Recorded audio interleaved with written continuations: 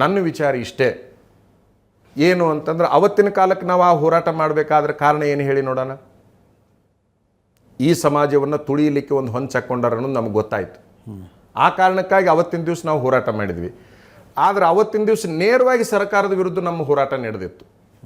ಎರಡು ಮಾತೇ ಇಲ್ಲ, ನೇರವಾಗಿ ನಾವು ಎಲ್ಲಿ ಮಾತಾಡಿದ್ರು ಕೂಡ ಸರ್ಕಾರದ ವಿರುದ್ಧ ಮಾತಾಡ್ಲಿಕ್ಕೆ ಹತ್ತಿದ್ವಿ ನಾವು.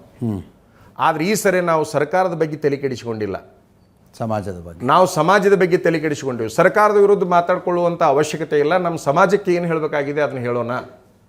ನಮ್ಮ ಸಮಾಜದವ್ರ ಪದ್ಧತಿ ಪ್ರಕಾರ ಇದ್ದರು ಅಂತಂದರೆ ಈ ಸಂದರ್ಭ ಬರೋದಿಲ್ಲ ಅಂಥೇಳಿ ನಾವು ಇದನ್ನು ಮಾಡಿದ್ವಿ. ಆದಾಗ್ಯೂ ಕೂಡ ನಾವು ಮೊನ್ನೆ ಸಮಾವೇಶ ಮಾಡೋ ಪ್ರಸಂಗ ಬರ್ತಿದ್ದಿಲ್ಲ, ತಮಗೆ ಗೊತ್ತಿರಲಿ. ನಾವು ಅವರು 6 ತಿಂಗಳ ಗಂಟಲೆ ಮಂತ್ರಿಗಳ ಮನೆಗೆ ಹೋಗ್ತಾ ಇದ್ರು, ಅಲ್ಲೆಲ್ಲೇ ಮೀಟಿಂಗ್ಗಳನ್ನು ಮಾಡ್ತಾ ಇದ್ರು, ಧಾರವಾಡದಲ್ಲಿ ಮೀಟಿಂಗ್ ಮಾಡಿದರು, ಏನೆಲ್ಲ ಸಾಹಸಗಳನ್ನು 6 ತಿಂಗಳ ಗಂಟಲೆ ಮಾಡಿದ್ರು ಕೂಡ ಏನೋ ಮಾಡ್ತಿದ್ದಾರೆ ಬಿಡು, ಮಾಡಲಿ ಅಂತೇಳಿ ನಾವು ಸುಮ್ಮನೆ ಇದ್ವಿ.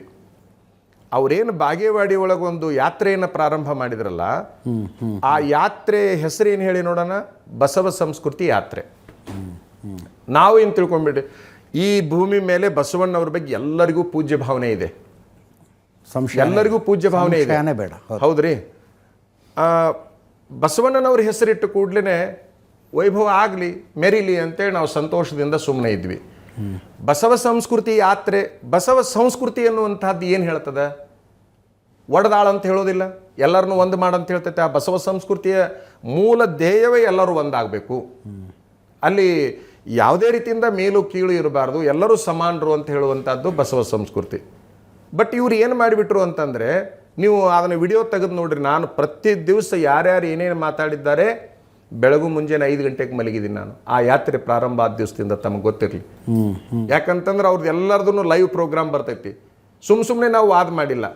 ಈ ಹಿಂದೆ 17-18ರಲ್ಲಿ ಪ್ರತ್ಯೇಕ ಲಿಂಗಾಯತ ಧರ್ಮ ಮಾಡ್ತೀವಿ ಅಂತೇಳಿ ಬೆಳಗಾವದಲ್ಲಿ, ಹುಬ್ಬಳ್ಳಿಯಲ್ಲಿ, ಕಲಬುರಗಿಯಲ್ಲಿ ಮತ್ತು ಇನ್ನೂ ಬೇರೆ ಬೇರೆ ರಾಜ್ಯಗಳಲ್ಲಿ ದೊಡ್ಡ ದೊಡ್ಡ ಸಮಾವೇಶಗಳನ್ನು ಮಾಡಿದರು. ನೇರವಾಗಿ ಪ್ರತ್ಯೇಕ ಲಿಂಗಾಯತ ಧರ್ಮ ಅಂದಿದ್ದಕ್ಕೆ ಆ ಕ್ಷಣಕ್ಕೆ ನಾವು ಅವ್ರ ವಿರುದ್ಧ ಪ್ರತಿಭಟನೆಗೆ ಇಳಿದ್ವಿ. ಅವತ್ತಿನ ಕಾಲಕ್ಕೆ ನಮ್ಮ ವಿಜಯ ಆಯಿತು ಅಂತಕ್ಕಂಥ ಭಾವನೆ ಆಯಿತು. ಆಯಿತು.